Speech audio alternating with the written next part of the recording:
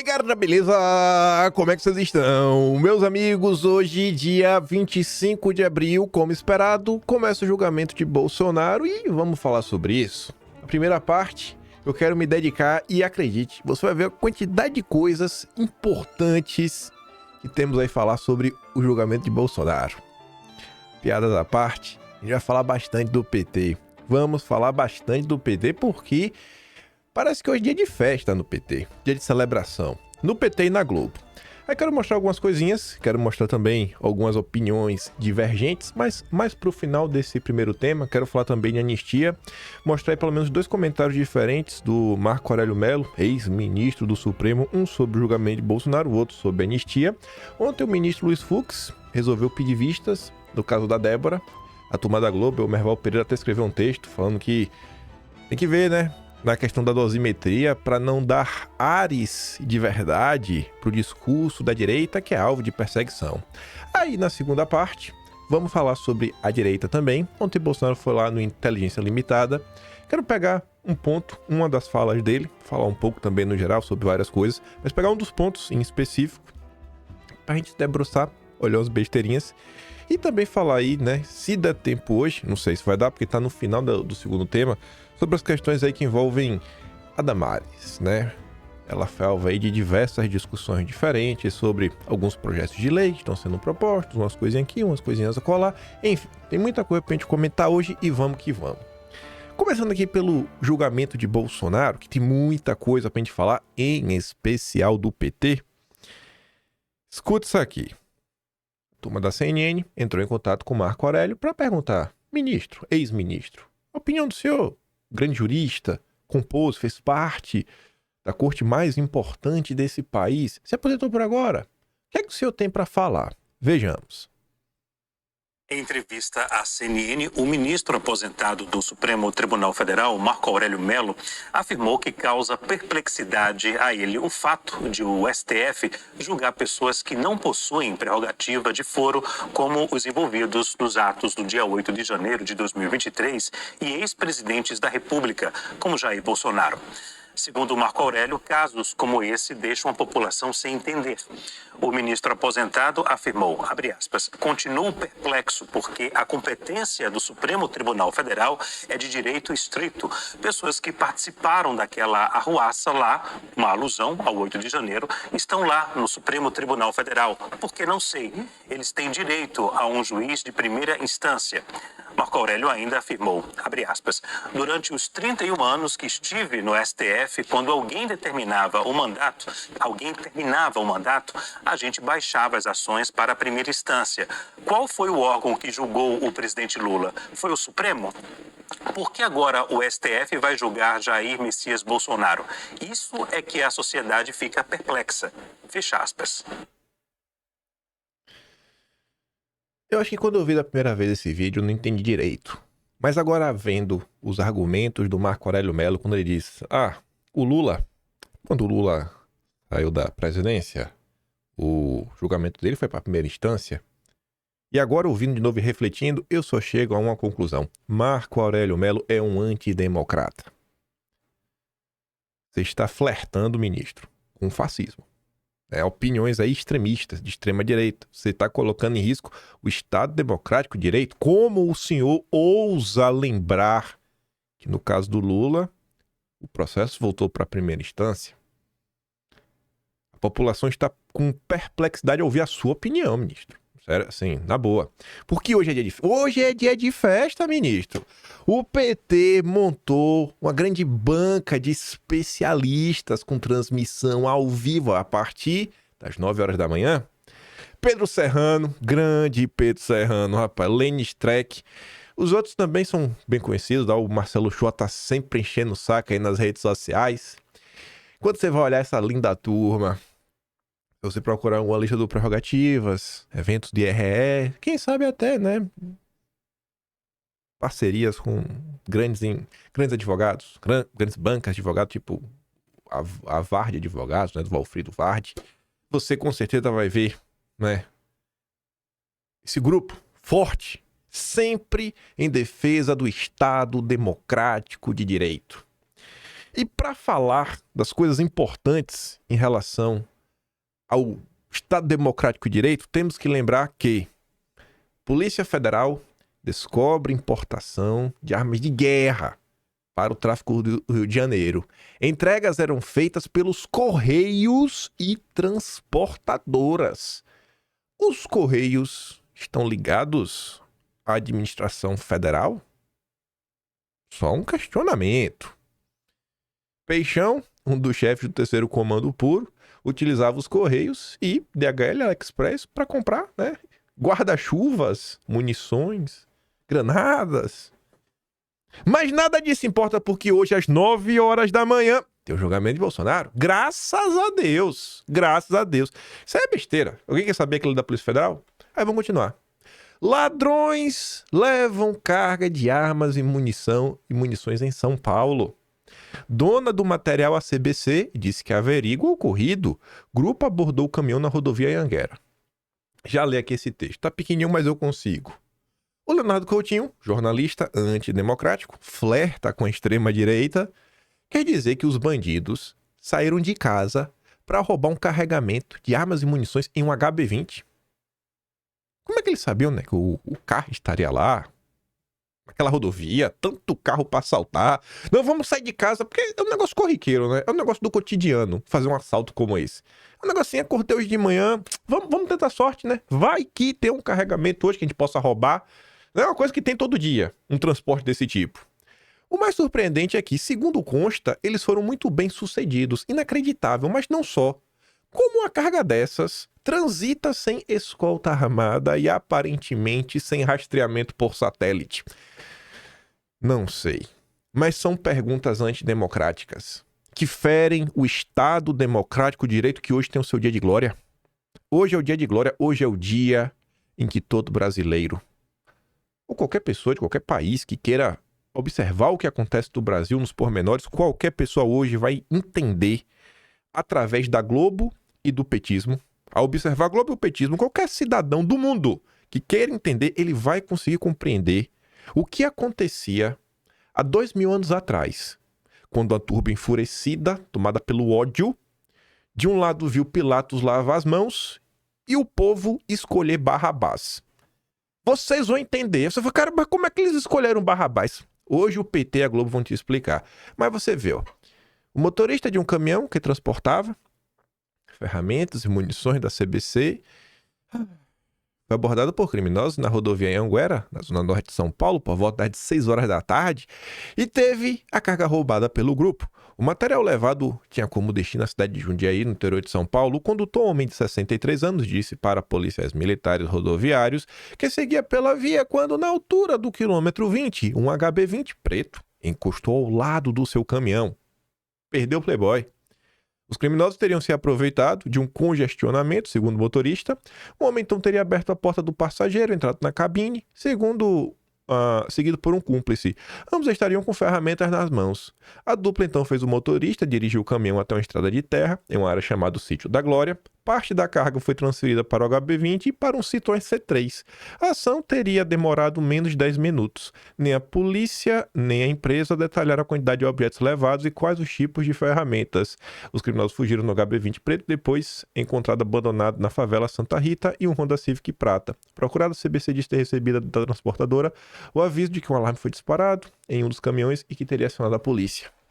Mas nada disso importa porque hoje, 9 horas da manhã, é o dia de compreender Barrabás. Hoje vai entender como você consegue moldar a opinião pública para escolher Barrabás. Nada mais importa. Hoje é o dia da festa democrática. Globo, PT juntos, ao vivaço, o julgamento superdemocrático de Bolsonaro. Mas se você é antidemocrata, saiba também que PCC corrompeu agentes da Receita em portos e aeroportos, diz a Polícia Federal. Só notícia fresquinha. Ontem. Notícia de ontem. Trocas de mensagens indicam que célula da facção criminosa contava com apoio de agentes públicos para enviar cocaína à Europa. Aí lá vai a Amazônia Azul. É porque os agentes sérios estão fazendo a série aeroporto, área restrita, para ver se o passageiro ultrapassou em R$50 o limite de cota ou se é celular pessoal ou não, né? A turma tá as preocupações no Brasil, mas nada disso importa, porque hoje, 9 horas da manhã, é o dia da festa da democracia. 9 da manhã, PT Globos unidos para te mostrar como é que se escolheram Barrabás. Mas vamos voltar. Estadão. Sou juíza há 34 anos. Nunca vi uma insegurança pública como a de hoje. Entrevista longa, não vou entrar nos pormenores. Mas sua juíza tem 34 anos, parece que não aprendeu nada, me perdoe. Ela ousou discordar do ministro Ricardo Lewandowski, que com certeza é muito mais inteligente do que era, porque já foi ministro do Supremo. Então não tem como ela ser superior a ele. E ela ousa discordar dele da fala, né? Ela discorda completamente da ideia de que a polícia prende mal e o judiciário é obrigado a soltar. Quem ela pensa que ela é para discordar do ministro Lewandowski? Também não faz nenhuma importância, porque hoje, 9 horas da manhã, é o dia da democracia. PT Globos Unidos, para te explicar como as pessoas escolheram Barrabás. Com a participação de grandes especialistas. Prerrogativas em peso vai estar fazendo aí a cobertura, as melhores análises do dia. Mas vamos voltar. Diretor da ANTT migra para a CSN, a quem garantiu um alívio. Pouco. Recifrão 3,4. R$3,40? Não. Tem uma letra bi ali do lado. E não é bi no cunho amoroso. É bi de bilhão. Rapaz, que alívio, viu? O que seria de sua vida com alívio de 3,4 bilhões? O máximo de bi que você pode conseguir, né? É um abraço másculo. Ou um abraço aí de uma bela mulher, a depender do lado que você tá. Diretor-geral da Agência Nacional de Transportes Terrestres, por quase 4 anos, Rafael Vitali, foto em destaque, vai trabalhar como diretor institucional da CSN. A empresa tem interesse direto nas decisões da agência reguladora e foi beneficiada em mais de 3 bilhões de reais por decisão do próprio Vitali. O cara trabalhou por 4 anos na NTT, acabou tomando a decisão que ajudou a CNN, mais de 3 bilhões, e agora ele vai trabalhar na CSN. Parte relevante do negócio da CSN envolve o setor ferroviário, que é regulado pela ANTT. A empresa é controladora da Transnordestina Logística SA, TLSA, e da Ferrovia Transnordestina Logística SA, FTL, com malhas ferroviárias na região Nordeste. E é a principal acionista da MRS Logística SA, que controla 1.643 quilômetros de ferrovias que cortam São Paulo, Rio de Janeiro e Minas. As ferrovias respondem a mais de 16% dos lucros da empresa. Enquanto diretor-geral da NTT, Vitali participou ativamente da costura de um acordo, no 2022, garantiu à CSN uma economia de 3,4 bilhões em valores de abril de 2021. O então superintendente de transporte ferroviário da agência, Ismael Trinks, também participou das tratativas. Assim como o Vitali, ele deixou a NTT e migrou para a CSN de forma imediata em abril de 2024. O alívio bilionário em favor da CSN foi possível graças à exclusão, chancelada pela NTT, de um trecho de 522 quilômetros do traçado originalmente construído pela União até LSA para a Ferrovia Transnordestina. Esse trecho todo ele no território de Pernambuco, conectaria Salgueiro a Porto de Saúpe. A CSN considerou naquele momento que a construção e operação posterior desse trecho seria economicamente inviável. O traçado representava pouco mais de 30% do valor de implementação da nova Transnordestina. É Vitali quem assina o termo aditivo ao contrato de concessão, eliminando a obrigação da TLSA de construir o trecho e limitando a Transnordestina à conexão entre Piauí e o Ceará até Porto de Pecém, vizinho a Fortaleza. O acordo também conta com as assinaturas de Marcelo Cunha Ribeiro, diretor executivo da CSN, que é interveniente do termo aditivo, e Ismael Trinks, que figura como testemunha, e que o Trinks foi também para trabalhar na CSN. Vitale também teve participação direta em um outro acordo relevante envolvendo a MRS Logística, outra empresa do grupo CSN. A concessão da MRS na região sudeste foi obtida em 1996 com prazo de 30 anos, portanto, a concessão caducará em 2026. Aí, em 28 de julho de 2022, a NTT com Rafael Vitale assinou um acordo com a MRS garantindo a renovação antecipada. Aí, os caras saíram da NTT e foram trabalhar na CNN. O que é meio estranho. Quem é que lida com essas questões? Em geral, a Comissão de Ética Pública, a CEP, da Presidência da República, que hoje, dos 7 nomes, 6 foram indicados pelo Lula. As contratações de Vitale e Trinks pela CSN foram validadas pela Comissão de Ética Pública da Presidência da República. Apesar do interesse direto da companhia sobre a NTT, o órgão colegiado dispensou ambos de cumprir quarentena de 6 meses, aplicada em casos em que se identificam potencial conflito de interesses. A CEP, Comissão de Ética da Presidência, Comissão de Ética Pública da Presidência da República, com a maioria de lulistas, né? Tá aqui, ó. A CEP Vitale afirmou que pretende assumir o cargo de diretor institucional. Aqui são palavras do jornalista Tássio Lourenço equipe. Leia-se lobista. Eu não gosto dessa palavra. Essa palavra é feia. Relações institucionais da CSN, atuando na relação com clientes, fornecedores e agentes públicos. O cara que estava na máquina, na NTT, vai para a CSN ser diretor institucional para lidar com a máquina. E a Comissão de Ética Pública da Presidência da República, com maioria lulista, achou de boa. Vitale alegou à Comissão de Ética que não teve acesso a informações privilegiadas na NTT e que a atividade da CSN é siderurgia e mineração, minimizando a atuação direta da companhia na área logística. O ex-diretor da NTT alegou ainda que a geração de lucro e dividendos da CSN está em setor diverso às atribuições desempenhadas por Vitale na agência, o que não é verdade. Conforme o último balanço da companhia, o setor de logística responde por 8,1% das receitas líquidas do grupo. O setor ferroviário equivale a 89% dessa faixa. A participação do setor é a mais forte nos lucros.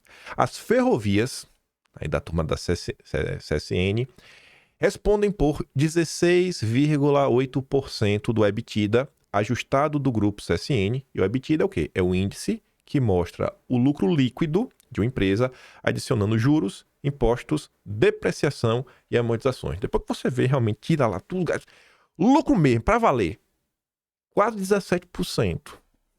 Graças às ferrovias, que recebeu uma baita ajuda do Vitale do Trinks. Não é o Trunks, não, do Dragon Ball, é o Trinks. E, não, mas ele falou para a Comissão de Ética Pública que estava de boa. O ex-diretor da NTT disse ainda que não manteve relação relevante com a CSN. No entanto, Vitale participou de ao menos 20 reuniões com representantes da MRS Logística, já com a Transnordestina Logística foram 32 agendas. Empresas que é a CSN, né? Também. Meio dona.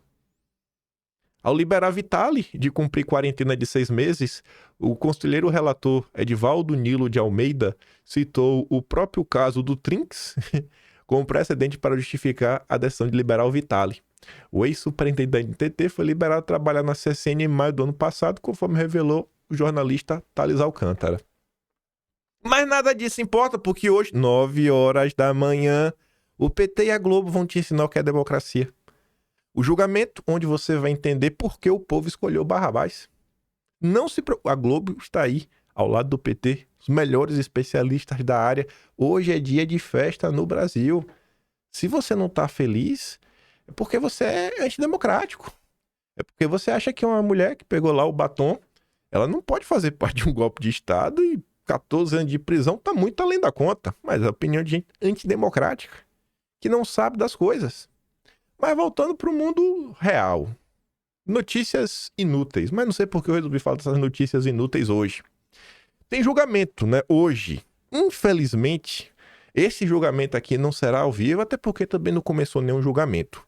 Mas outra corte, dá para chamar de corte, né? Um Tribunal de Contas da União, pede ao governo Lula dados sobre contrato de 478,3 milhões para a COP30. Estamos falando aqui meio bilhão de reais. A gente falou há pouco de 3,4 bilhão de reais. A área técnica do TCU viu possíveis irregularidades no contrato firmado entre o governo, Lula, e a Organização de Estados Ibero-Americanos para a Educação, a Ciência e a Cultura, a OEI, para a organização da COP30 e pediu ao governo federal uma série de esclarecimentos. Umas coisas meio estranhas. O caso foi revelado pela CNN em fevereiro. A secretária, aliás, a secretário, né? Deve ser a secretária. Deve ser a secretaria Extraordinária para a COP30, vinculada à Casa Civil da Presidência da República, fechou um contrato de 478,3 milhões sem licitação com a organização. Apenas no segundo semestre de 2024 foram fechados 5 acordos com a OEI, da OEI com o governo Lula, que somam cerca de 600 milhões, mais que os cerca de 50 milhões de todos os governos anteriores. Todos foram 50. Agora, só no segundo semestre, 600. Fora esse contrato, que já é outro. Um documento de 8 páginas, datado de 18 de março, obtido pela CNN, a área técnica do TCU pede à Secretaria da COP os critérios da contratação. O TCU também pede o detalhamento dos critérios que levaram à contratação, já que há no Brasil outros organismos internacionais atuando. Aí ele está um trecho, né, da decisão. Tendo em vista que não houve procedimento competitivo, ou seja, não teve licitação, isto é, a escolha da entidade foi realizada de maneira discricionária pelo órgão, e considerando que existe mais de um organismo internacional do qual a República Federativa do Brasil seja membro, atendendo os termos do Decreto 11.941/2024, também deve ser questionado na diligência quais foram os critérios e justificativas da escolha da entidade pela unidade jurisdicionada. A Corte de Contas também aborda a possibilidade de que tenha havido má gestão de recursos públicos na execução do contrato. Aí está ali. A representação destaca ainda a ausência de elementos que demonstrem a adequação econômica da contratação, o que pode sugerir, em tese, uma possível má gestão dos recursos públicos, violando princípios constitucionais como eficiência, economicidade, previstos no artigo 37 da Constituição Federal. Mas o ponto bom mesmo de toda essa treta, que você pode explicar muita coisa, mas a explicação que acho que os jornalistas deveriam estar em busca é isso daqui: influência indevida. Um dos pontos tratados no documento é que a TCU diz ser um crescimento exponencial dos contratos do governo Lula com a OEI, ocorridos ainda segundo o tribunal após a ida para o Ministério da Educação de Leonardo Barchini como secretário executivo da pasta após dirigir a entidade. O Leonardo Barchini, ele já dirigiu a OEI no Brasil. Aí quando ele vai para o governo Lula, milagrosamente a OEI começa a fechar inúmeros contratos estes ainda sem licitação. Aspas, ainda diante das suspeitas de favorecimento à OEI, apontadas na representação envolvendo Leonardo Barchini, que ocupou a direção do OEI entre setembro de 23 e julho de 24 e assumiu a Secretaria Executiva do Ministério da Educação em 31 de julho, é fato que o apontado crescimento exponencial dos gastos com a organização de 17 milhões em 2023 para uma projeção de 676 milhões até 2025 levanta sérias questões sobre possível influência indevida.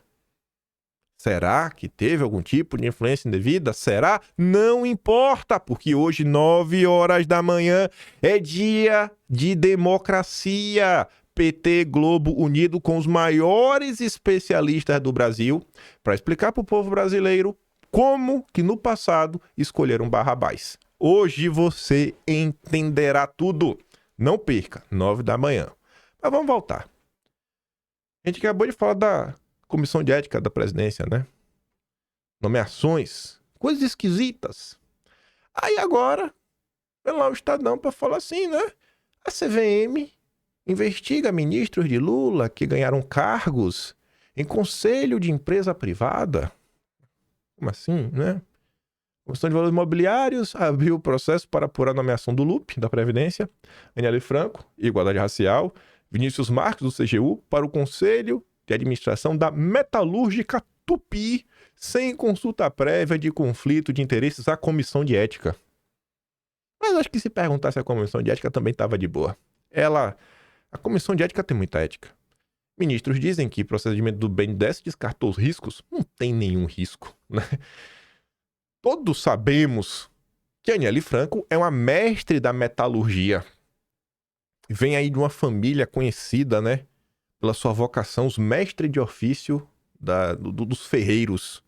Né? O tataravô da Aniele Franco fez a espada do rei Salomão. Era um ferreiro assim, cara, sem igual, sabe? Um negócio assim fino. Aço de Damascus. Nunca perde o fio de corte. Por isso que ela tá hoje aí, pô. Tá de brincadeira. Eu não sei porque o pessoal tá querendo fazer qualquer tipo de investigação. Aí vem o Renato com seu comentário antidemocrático. Ministros do governo Lula foram nomeados para o Conselho da Tupi, sem consulta prévia, Comissão de Ética. A CVM investiga, enquanto o BNDES do Mercadante já deu o aval. Curioso, como nenhuma casa de análise mencionou esse risco institucional e nenhum banco demonstrou preocupação com governança. Certos movimentos só parecem ser o problema, dependendo de quem se beneficia. Mas nada disso importa porque hoje, 9 horas da manhã, Lula, Disseu, Gleisi Hoffmann, todo o PT estará unido na festa da democracia junto à Rede Globo para transmitir o maior julgamento da história desse país. Hoje o brasileiro vai entender por que escolheram Barrabás. Pode anotar. Mas vamos voltar para falar de Brasil. Carnaval! Margarete Menezes leva 640 mil reais em verba pública. Verba pública em shows. Ministra da Cultura leva verba pública por shows. Mas está errado? Não. Porque é tudo técnico. 100% técnico. As prefeituras de Salvador e de Fortaleza pagaram 640 mil para contratar a cantora Margarete Menezes, atual ministra da Cultura, no Carnaval de 2025. O valor equivale a mais de um ano do salário bruto da ministra. No total, ela realizou 7 shows entre 27 de fevereiro e 4 de março deste ano, nas capitais da Bahia do Ceará. Aí vai olhando os números, porque vai estar um número bem aberto no final das contas. Ela fez 7 shows, né? 3 foram financiados pelas prefeituras. 3 contaram com o apoio do governo baiano e um foi privado, tá? Então, peraí. Foram 7. O Metrópole está falando que ela recebeu 640 mil para cantar pelas prefeituras. Ou seja, de 7, só 3. E os outros 4? Recebeu quanto? Não sei. Show privado é show privado. O privado foi 1. Aí sobrou 3. E os 3 shows aí, com apoio do governo baiano? Quanto foi? Vamos ver. A gestão do governador Jerônimo e a assessoria da artista se recusaram a informar o valor repassado para contratá-la. Mas agora tá ruim. Eu queria saber quando foi esse show. Porque se foi pouco, o povo vai pras ruas em defesa da Margarete Menezes, que ela não merece cantar por menos do que ela recebeu já na mão da prefeitura, que eu já acho pouco dinheiro por 3 shows. 3 shows, 640 mil? Tá achando o quê? Não. Uso de verba pública estadual e municipal para contratar a ministra da Cultura contraria decisão da Comissão de Ética da Presidência da República publicada em março de 2023, quando o órgão colegiado entendeu que Margarete Menezes deveria se abster de receber remuneração, vantagens ou benefícios dos entes públicos de qualquer esfera de poder. Desde então, no entanto, a CEP, que hoje conta com 6 dos 7 conselheiros indicados pelo presidente Lula, mudou de entendimento. Mudou. Técnico. 100% técnico. Agora é o entendimento técnico. E é o entendimento Pokémon. Você já vai entender o porquê. Autorizando a realização de shows com verba pública dos estados e municípios, desde que não se tenha utilizado mecanismos federais. Ela é ministra do governo federal. Se ela está fazendo show e o pagamento vem do governo de estado ou municipal, está de boa. Desde que não seja da própria pasta dela. Como não pensamos nisso antes, né? Nenhuma prefeitura jamais, nenhum governo de estado jamais vai ajudar, né? Quem sabe um ministro de estado que pode, querendo ou não, né, ajudar de volta o governador, o prefeito. Isso não jamais vai acontecer. Os contratos foram firmados pelas prefeituras por inexigibilidade, ou seja, sem licitação. Mas eu adoro isso. É o PT. Mas eu te falo... Calma, ainda tem mais. Antes de explicar essa decisão técnica. A decisão Pokémon. A Prefeitura de Salvador, por meio da empresa Salvador Turismo, a Saltur, contratou a cantora por 290 mil. Fez 2 shows. Também em Salvador, Margareth Menezes cantou no bloco Os Mascarados, em 27 de fevereiro, no Trio da Cultura, em 1º de março, e no show do Oscar do Carnapelô, em 2 de março. Em todos esses eventos, há referências de apoio financeiro do governo da Bahia, mas nem o executivo estadual, nem a assessoria da cantora informaram os valores de contratação. Margareth Menezes encerrou a turnê de carnaval em Fortaleza.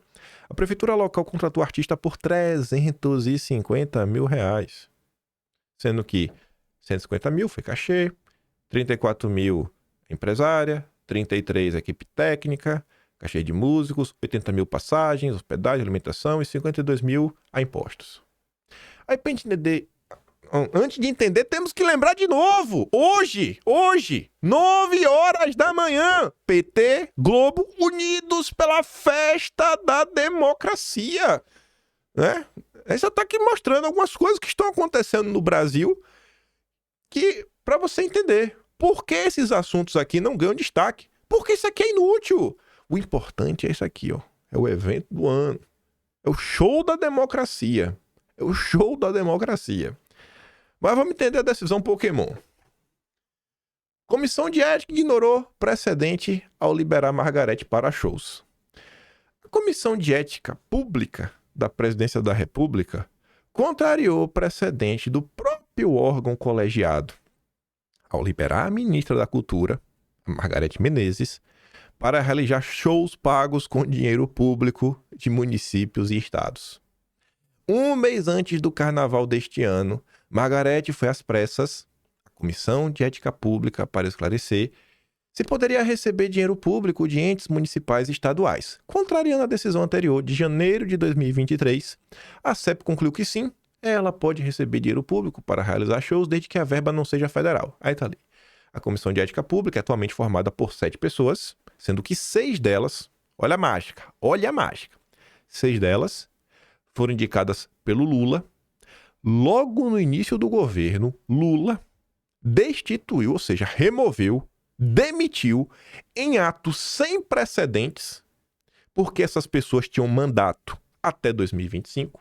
Então, nunca antes na história desse país, o PT tem dessas, 3 membros do órgão que tinham mandato até 2025 e haviam sido indicados por Bolsonaro.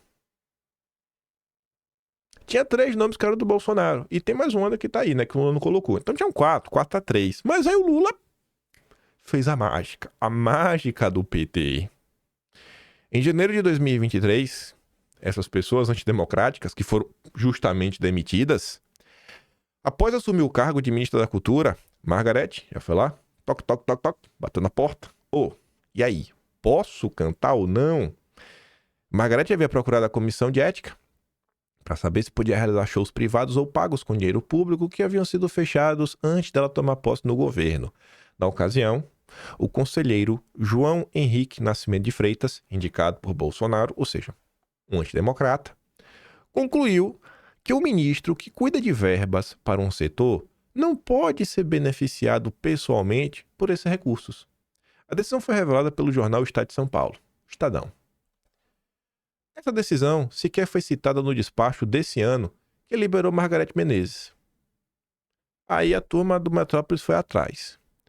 A coluna, o atual presidente da CEP, Manuel Filho, confirmou que houve uma evolução no atendimento. Evoluiu. Charmander virou Charmeleon, ou virou Charizard de vez. É um Pokémon. Os Pokémons evoluem. Uma decisão técnica. Tudo muito técnico. Apesar de, na decisão de 30 de janeiro, do então conselheiro, João Henrique Nascimento Freitas, indicado por Bolsonaro, constar que ela não poderia receber recursos dos entes públicos de qualquer esfera do poder. Nas outras 3 decisões, especialmente nas 2 mais recentes, de 24 e 25, a vedação ficou restrita ao recebimento de recursos públicos federais. A gente evoluiu o entendimento. Evoluímos. Mas o que é importante mesmo, é que hoje, 9 horas da manhã, Lula, Disseu, Gleisi, Lindenberg Farias, todo o petismo, junto com a Globo, vai estar aí transmitindo ao vivaço o maior julgamento da história desse país, para a população brasileira entender porque o povo escolheu Barrabás. É bíblico, é cíclico, as coisas não mudam. Mas vamos lá, para mais um caso, que não é caso de polícia, né? Não é. Essa notícia que saiu na imprensa é que, enfim, como são democratas, eles merecem um tratamento democrático. João Campos, aliado do Lula, prefeito de Recife, compra livros superfaturados. Lá vai. Superfaturados com base no... Quem que disse isso? Porque livro é conhecimento. Conhecimento não tem preço. Ó. Parece piada, né? Mas se alguém chegasse pra tu e falasse assim, ô rapaz, deixa eu te contar uma história. Sabia que teve julgamento esse dia no Brasil? Tinha lá os caras acusando o fulano de superfaturamento do livro super caro. E aí o juiz colocou como justificativa que conhecimento não tem preço. Se a pessoa te contasse isso no Brasil de hoje, tu ia achar que era piada? Tu ia achar que era piada ou tu ia achar, não, rapaz, no Brasil parece até que pode ser verdade uma notícia dessa. Veja o Brasil de 2025. Veja como estamos no Brasil de Lula.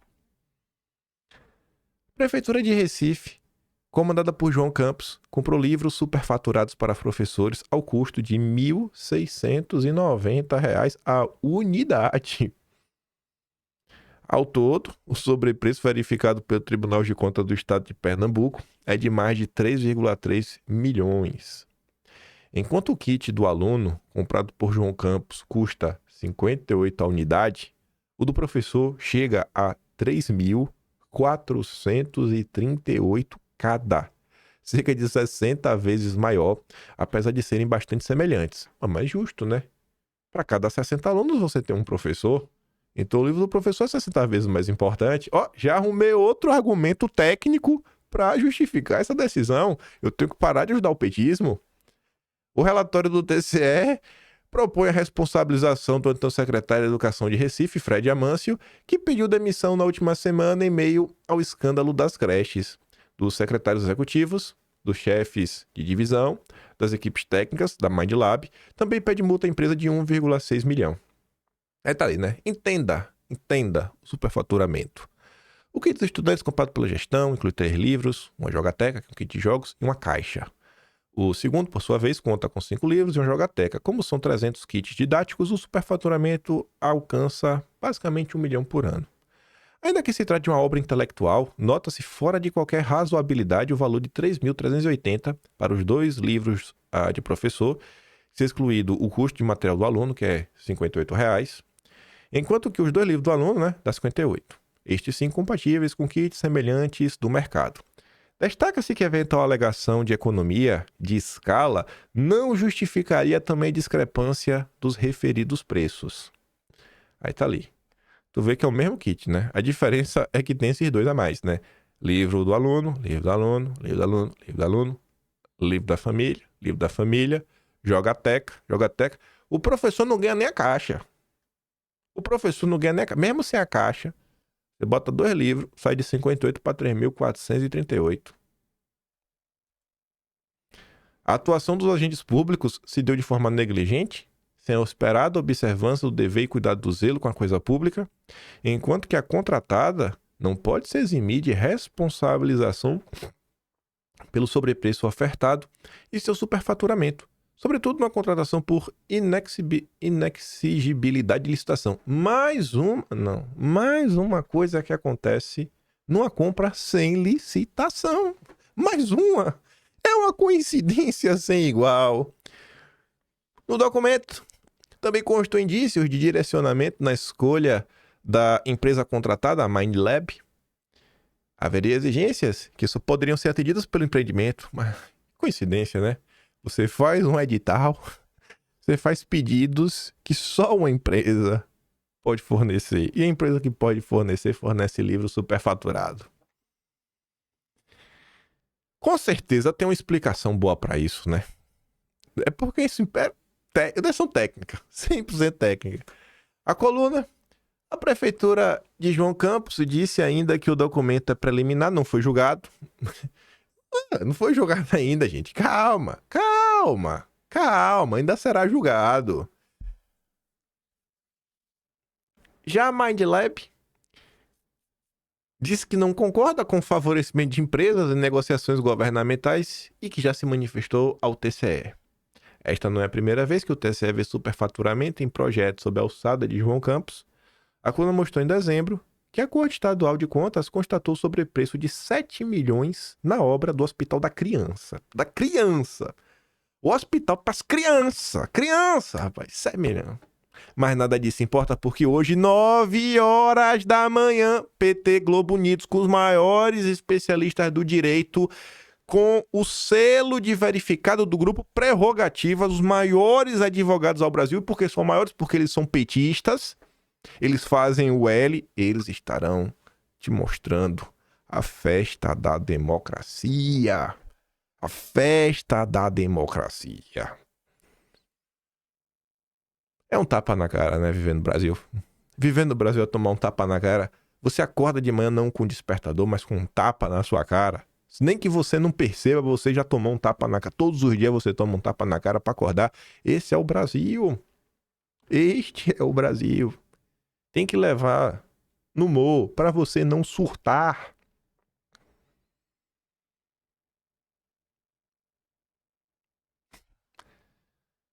É que agora, né? Você vai ser julgado por um crime que ele não cometeu. Da forma como tá acontecendo. Ah, velho. Eu nem lembrava quem tinha isso aqui, né? Lula foi viajar. Eu não sei nem o que o Lira tá fazendo nessa foto, né? Não é mais nada. É o que o Lira tá fazendo aí? Não é presidente de nada. Mas foi lá pro Japão. Aí o pessoal colocou ali um sapato que parece com o sapato do Lula. Eu não sei se é. Parece. Se o sapato do Lula for aquele Zegna, tá custando 10 mil reais. Eu espero que não, porque o Lula é um cara humilde. O Lula não gosta de coisa cara, né? Mas até que foi vestido pela Janja, né? Botou uma gravata aí que parece uma corda de amarrar jegue. Enfim, né? Olha o Pacheco. Olha a desenvoltura do Pacheco. Chega, não entra no enquadro da foto. Mas nada disso importa, porque hoje, 9 horas da manhã, PT Lula unidos, para te explicar porque o povo escolhe Barrabás. Merval Pereira, hoje, 4h30 da manhã, escreve algo que só alguém da Globo, né, conseguiria escrever. Começa um texto falando, nossa, estamos vivendo a repetição de coisas, é tão simbólico. Quando celebramos 40 anos de democracia, temos que julgar novamente tentativa de golpe de Estado, de pessoas antidemocráticas. O fantasma do golpe militar ainda está ao nosso redor, sabe? Toda aquela ladainha chata. Chata. Do início até o fim. Aí lá pras tantas, no meio do texto, eu vou até ler uma manchete, né? Julgamento da infâmia. Todos que foram identificados participando da baderna e das invasões merecem ser punidos, mas não na mesma proporção. Aí lá pro meio das tantas, o Merval começa a dar sua opinião. Que vem saber que a opinião do Merval não é porque ele está preocupado com a Débora, ou com pessoas que estão na condição similar da Débora. A preocupação do Merval Pereira é com a narrativa. É uma pena que juízes ainda não tenham conseguido separar os inocentes úteis, levados a invadir os prédios das praças dos três poderes, naquele vandalismo horroroso, enquanto mentores e financiadores, que hoje começam a ser julgados no Supremo, permanecem soltos durante muito tempo. Aí depois ele fala, né?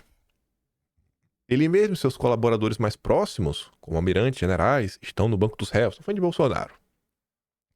Todos os que foram identificados participando da baderna e das invasões merecem ser punidos, mas não na mesma proporção. Afirmar que aquela cabeleireira irresponsável que pichou a estátua da justiça com batom, participou de uma revolta armada é uma loucura. Acaba dando a impressão de que não está sendo feito justiça, mas sim uma vingança, uma revanche, que não é papel do Estado brasileiro. Aí, qual é a conclusão do Merval? Por isso também, espera-se que o julgamento histórico de hoje seja conduzido com equilíbrio. Até aqui, chegamos no mais puro equilíbrio. Até aqui, chegamos no mais puro equilíbrio. Não teve nenhum deslize, nenhuma derrapada, não aconteceu nada. Não tem uma correção a ser feita. De nada! Incrível! A única correção talvez seja a fake news da Daniela Lima, né? Sobre o computador da BIM. Tirando isso, não, tudo técnico. 100% técnico. Para que o movimento político em favor de uma anistia aos envolvidos na revolta fracassada não tenha ambiente favorável no Congresso. Assim como não se pode exagerar na dosimetria para não dar asas à teoria da conspiração. A conspiração, viu, gente? Também não se pode deixar que mentores financiadores do golpe infame fiquem à solta, né? Então, esse povo aí meio conspiratório, que acha que tem uma perseguição no Brasil, é maluquice. Tudo técnico, tudo amplamente democrático. Tudo muito democrático. Ontem saiu uma notícia aí que o Fux pediu vista. E é dia de julgamento. Acho que é o caso da Débora, né? Mas tem vários outros casos. Vários outros casos que tiveram também ao longo do tempo. É porque o da Débora ele ficou meio marcante, porque sabe quem é ela? É a mina do perdeu o mané com batom. É o que conseguiram colocar de maneira objetiva na hora de individualizar, né? Mas se você perguntar pra alguém, tá, o que ela fez além disso? O que ela fez além disso? Assim, que você consegue mostrar com imagens, por exemplo. Ela está sendo acusada de golpe de Estado, conspiração, ação criminosa, tudo aquela coisa que vocês estão por dentro aí, né? Mas enfim, vamos ver aí, né? Como é que vai ser o julgamento. Como é que vai ser o desfecho disso daí. Mas a preocupação de toda a imprensa aí, cara, tem que julgar para o povo não pedir anistia. O pessoal que já tomou 17 anos de cadeia tem que continuar 17 anos na cadeia. Tem que ficar 17 anos na cadeia. Eu entenderia, gente, de coração, eu realmente entenderia se a imprensa começasse um coro falando, cara, a gente tem que, né, realmente tá chegando o momento de falar uma anistia, vamos trabalhar pra gente deixar Bolsonaro de fora. Eu entenderia, de coração, eu entenderia, porque a imprensa jamais vai aceitar que Bolsonaro seja alvo da anistia, mas usar essas pessoas, os inocentes úteis, sabe, pra você pegar o peixe grande, isso não tem condição nenhuma. Eu tava passando no Twitter, a chamada do Corvo chamou minha atenção. O melhor de tudo é a cara de bocó do Dória. E olha que eu nem gosto do Zé Bonitinho, né? Do Ricardo Nunes. Assina embaixo aí o que o Corvo falou. Tenho nenhum apreço pelo Ricardo Nunes. Mas olha isso aqui. Do resultado, seja de um lado ou de outro, vai ter um reflexo no país. O que a gente espera é que as pessoas que têm essa responsabilidade desse julgamento possam ter muita sobriedade, muita noção da sua responsabilidade, né? Mas eu queria já deixar claro, primeiro, que não era nem para estar acontecendo lá. Ele não tem foto, ele não é presidente, ele não tem foto, era para estar acontecendo em primeira instância. Não é possível que o cara do rap lá, o traficante, teve uma condenação menor e está solto. Não é possível que tantas pessoas de altíssima periculosidade tiveram penas menores e estão soltas, e uma pessoa que não tem nenhum antecedente criminal, que tem 2 filhos, um de 10 anos e um de 7, seja condenada a 14 anos. No meu ponto de vista, respeitando qualquer outro ponto de vista. Não é aceitável o que fez. Mas não é possível. Quando o rapaz pegou galão de gasolina e foi aqui na estrada do Borba Gato e pôs fogo, pegou uma pena lá da cesta básica. Alguém vai me falar que o Ricardo Nunes é um bolsonarista? Pô, ele até recebeu apoio de Bolsonaro, né, nas eleições, mas convenhamos, né? Tem que ser muito descarado pra pegar esse cara e jogar na bolha do bolsonarismo. Na bolha da direita, conservador e tudo mais. Pode estar mais direita, óbvio. Mas, pelo amor de Deus também, né, velho? Mas enfim, né? Queria que a imprensa desse destaque nisso daqui, né? A imprensa como um todo. Bota lá, pô. Destaque aí, fala. O que tá acontecendo? Mais pessoas falando em torno desse assunto. Nas suas falas para CNN, o Marco Aurélio Melo também falou sobre a anistia. Você quer curtir, é 20 segundos. Olha, em entrevista à CNN, o ministro aposentado do Supremo Tribunal Federal, Marco Aurélio Mello, comentou o projeto de lei para anistiar os condenados pelos atos do dia 8 de janeiro. Ele disse, abre aspas, o perdão é sempre bem-vindo. Anistia é virada de página. Seria uma pacificação, diminuiria a polarização no país. E a anistia, sendo aprovada, não é passível de ser questionada. Fecha aspas. Olha, a entrevista... Mas será que o pessoal quer pacificar o país? Será que existe algum interesse em pacificar o país? Será? Eu queria, né? Mas, enfim. Ontem o Gadelha, do meio da tarde, estava comentando aqui o Hugo Mota prometeu uma reunião para decidir a urgência do pé da anistia. Parece até piada, mas não é piada, porque esse negócio de data no Brasil, o pessoal tá... Assim, são as coincidências que incomodam. O Hugo Mota, ele prometeu realizar uma reunião no dia 1º de abril. Não pega mal? Não pega mal, né? Mas tudo bem. 1º de abril vai ter a reunião para decidir se pauta ou não o requerimento de urgência do projeto da anistia aos condenados pelo 8 de janeiro. A promessa foi feita por Mota em conversa com o líder do PL na Câmara, o deputado Sóstenes Cavalcante, na sexta-feira. Segundo Sóstenes, que está à frente da articulação, a reunião terá apenas líderes de siglas que vão assinar o pedido de urgência. Ontem, no podcast do Vilela, que Bolsonaro foi, depois o Tarcísio chegou lá, ficaram juntos falando várias coisas. Uma das coisas que eles chegaram a abordar foi a questão da anistia, e é uma afirmação que o Tarcísio fez, sem minhas palavras. Não acho que o Tarcísio prometeu uma coisa que ele não possa cumprir. Ele falou, cara, o Republicanos irá apoiar a anistia. E ele diz lá que o Marcos Pereira teria feito uma declaração que foi distorcida. Distorceram o que o Marcos Pereira falou. Se distorceu ou não, hoje eu não tô nem aí, irmão. Assim, vai apoiar, vai. Então, pronto. Ótimo. Então distorceu. Então apoia aí e pronto. Águas passadas. Tu vai apoiar? Vou. Então, águas passadas. Eu só quero que esse pessoal reencontre a liberdade. Só.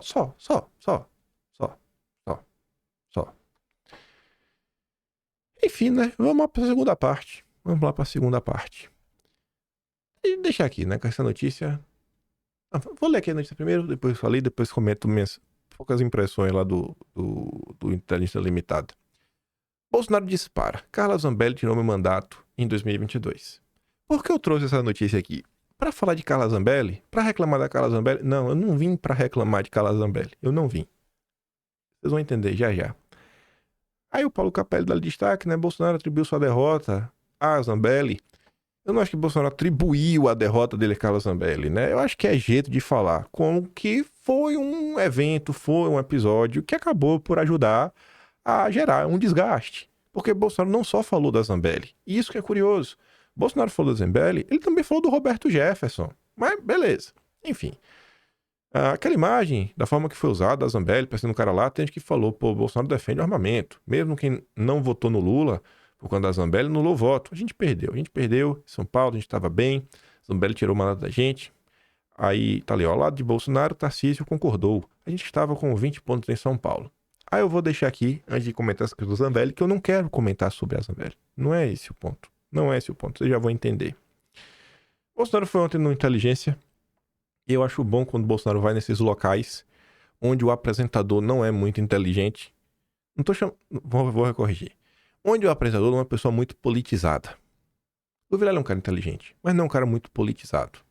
Não é o cara que conhece os pormenores da política, não faz a mínima ideia quantos deputados existem, quantos senadores existem, quantos deputados precisam aprovar uma PEC, o que é uma comissão especial, o que é um pedido de urgência. Não faz a menor ideia disso. Então é aquela conversa que, se o cara está disposto a conversar, a ouvir, fazer perguntas, ele vai fazer perguntas que o cidadão comum, que não é politizado, faria. E teria interesse em ouvir. Bolsonaro tem uma coisa que... Ontem eu vi uma pessoa comentando que, às vezes, Bolsonaro ele começa a contar as histórias e, às vezes, ele não conta a história com, assim, uma forma linear, que fica, às vezes, fácil de entender. E, às vezes, ele conta como se as pessoas meio que já tivessem um certo conhecimento do que está acontecendo. Nem sempre é assim. Tem muita coisa que ele vai, que ele traz um contexto para o cara entender. Então, às vezes, não tem essa contextualização. Quando o Bolsonaro vai em um programa da direita em especial, como a maior parte da audiência já tá mais focada na coisa, isso daí vai. E os próprios apresentadores nas perguntas normalmente deixam a coisa aí porque ninguém quer a explicação básica, porque todo mundo que já sabe a explicação básica. Já quando o Bolsonaro vai nesses locais, tanto como você assistir a entrevista do Flow, a entrevista do Vilela, que eu ainda acho que foram melhores do que a do Léo Dias, as perguntas. O Léo Dias fez pergunta pessoal, umas coisas assim diferentes, deu uma humanizada na imagem de Bolsonaro, foi tão desgastado nos últimos anos. Mas essas duas entrevistas, como os caras perguntam, pô, mas não entendi isso. Então, Bolsonaro tem a oportunidade de voltar, de falar, explicar com calma. Enfim, rolaram vários recortes. Só falou de um monte de coisa, falou do caso do Felipe Martins. Uma coisa que chamou minha atenção, com tudo que está acontecendo no Brasil nesse presente momento, o Vilela que começa a perguntar, né? E aí, pô, direita, preocupada com o Senado e tudo mais. E aí abriu espaço. E, poxa, no momento que as coisas estão, ainda ter cabeça para começar a citar a lista de pessoas que ele vai apoiar para o Senado. Ó, cara, o Senado já tem um fulano, ciclano, beltrano, Paraná, isso, aquilo, outro. E você vê pela quantidade de nomes que Bolsonaro tá falando, uma pessoa não fala isso assim de bate-pronto se já não tiver raciocinado um pouco sobre isso antes. Então você vê que é um assunto que tá na cabeça do cara. Com tudo que tá acontecendo no país e tudo mais, tá na cabeça do cara que, pô, tem que trabalhar pra gente ter maioria no Senado. Existe algum tipo de preocupação? Porque, veja só, veja se não é uma questão de lógica. Se Bolsonaro tivesse preocupado só e somente só com ele, por que ele estaria preocupado com a eleição municipal, eleição para deputado federal, governo e Senado? Por que você está preocupado com ele? Ele ia estar preocupado com a disputa pela presidência. E só estaria falando da disputa pela presidência. Se a preocupação dele fosse só a família dele, ele ia falar dele, a disputa da presidência, e falar, olha, meu filho vai disputar tal, filho tal, tal, filho tal, tal, acabou, Zé Fini. Não ia estar sugerindo vários nomes ao redor do Brasil, isso, aquilo, outro, fazer o que está acontecendo, relatar algumas coisas. Então, me incomoda muito ver, no tempo que estamos agora, um momento que a galera fala tanto, né, de, assim, você vê umas coisas, você ousa tecer alguns comentários críticos sobre algumas figuras na direita, surge influenciador que você nunca nem ouviu falar debaixo do tapete para defender e falar que você tá dividindo a direita. Mas na hora de você mostrar alguma coisa, na hora de você ter uma certa união, uma coesão em torno de Bolsonaro, rapaz, não, mas veja bem, aí ele tá errado o tempo todo. Mas, enfim, né? Eu acho que o momento agora, mais do que nunca, deveria ser de apoio ao Jair. Mas minha opinião não conta. Por quê? Porque eu só faço passapano, né? Então, enfim. Mas minha opinião, se eu pudesse ser ouvido por alguém, eu ia falar, cara, eu acho que mais do que nunca deveria ajudar e apoiar o Jair. Enfim. Se você roda nas redes sociais, principalmente no Twitter, você acompanhar o debate público de pessoas bem conhecidas, tem vários cortes. Inclusive cortes que foram divulgados pelo próprio Bolsonaro. Um dos cortes foi o do Felipe Martins. Muita gente divulgando o corte dele, explicando sobre a questão. Cara, não tem. Você teve golpe? Cadê? Então, vamos. Que minuta é essa? Ele começa a explicar um monte de coisa. Ninguém compartilhou esse tipo de coisa. O corte que a direita, inteligente, que faz críticas construtivas, jamais ataca, ela só se preocupou em compartilhar um recorte. Que foi esse recorte da Zambelli. Então, eu não quero falar da postura da Zambelli, da fala de Bolsonaro. Eu quero analisar a reação da direita em relação a isso daqui. Foram mais de 3 horas de podcast, 3 horas e 16, eu acho que foi 46, 3 horas e 16. Só e somente só tem esse corte circulando nesse setor super inteligente da direita. A fala de Bolsonaro sobre a Zambelli. Diversas pessoas comentando sobre isso. Aí, olha como o central da direita faz essa postagem. Bolsonaro defende Zambelli de julgamento, mas acredita que a atitude do deputado a prejudicou. Esse comentário eu achei interessante, porque vou mostrar para vocês os comentários que vieram depois. Muita gente parece que esqueceu a parte do podcast que Bolsonaro, antes de falar sobre isso, ele tá defendendo a Zambelli, que acha que não é justo ela ser caçada. Poxa, gente, qual é a lógica? A Zambelli, ela conseguiu votos porque ela andou com a ferramenta na mão? Por estar com a ferramenta na mão, ela teve alguma vantagem eleitoral naquilo ali? Ainda mais que foi no segundo turno, ela estava eleita. Ela já estava eleita. Não faz nenhum sentido. Então como é que... Assim, é uma coisa que eu não vejo relação do que aconteceu com a eleição da Zambelli, então não faz sentido ela ser caçada por isso. E Bolsonaro defende ela. Vamos ver aqui o recorte todo. Dúvida que a TV Globo pegou essa imagem, foi Ela, o Jefferson, Roberto Jefferson. foi a semana anterior, mas prejudicou, lógico que prejudica. E a da Carla Zambelli, uma atrás da porque outra. eu sempre defendi a arma de fogo para cidadão de bem. E essa minha política deu certo. Porque do final do governo Temer até o final do meu governo, baixou em quase 30% o número de mortes por arma de fogo no Brasil. Então, Deus, você não viu violência mais no campo. Você não viu o MST agindo. Você não vai combater a criminalidade, não vai entender, com pombinhas por aí.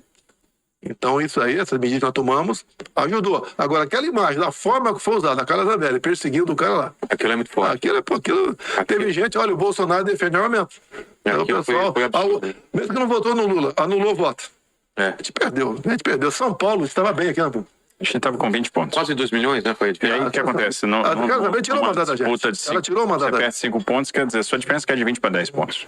Que é 5. É 5 que você perde. Aqui em São Paulo dá quantos votos aí? Você ia dar 1 milhão de votos Um praticamente. milhão de votos, pão do Brasil todo. Entendi. Então, assim, é um evento, não tantos outros. Aí escuta isso aqui.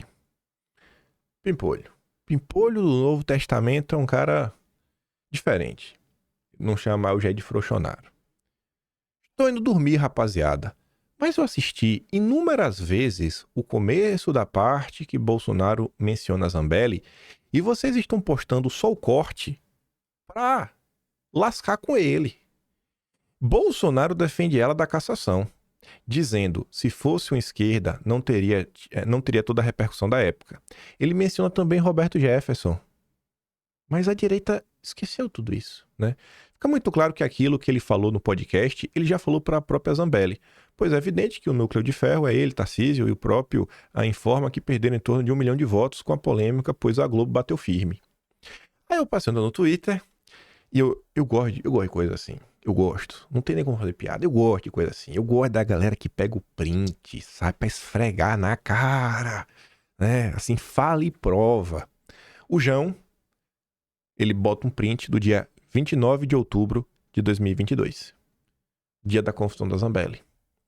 Esse aqui foi o senso comum da época dos caras. Agora que Bolsonaro repete isso, tá jogando a culpa. Aí quando você mostra, toma bloco. Frouxonarista nem a gente, tá reclamando dos frouxonaristas, que foi chamar o Bolsonaro de frouxo. Aí, gente, se você vai lá no Twitter e digita lá, né? Zambelli elegeu Lula do dia 28 ao dia 30. Olha lá. Olha os comentários da época. Zambelli elegeu Lula. Você arriscaria um resultado, Gustavo? Acho que a desvarada da Zambelli elegeu Lula. Zambelli elegeu Lula. Obrigado, Zambelli. Elegeu Lula. Zambelli elegeu Lula. E vamos eleger o Haddad também. Zambelli elegeu Lula. Se você troca elegeu por eleger, Carla Zambelli acaba de colocar o último prego do caixão de Bolsonaro. Não há dúvida. Precisamos eleger Lula. Ironia do destino. Carla Zambelli coloca pá de cal no Geno. Fez mais que muitos petistas para eleger o Lula. Carla Zambelli acaba de eleger Lula, mas também acaba de promover informalmente um conflito civil.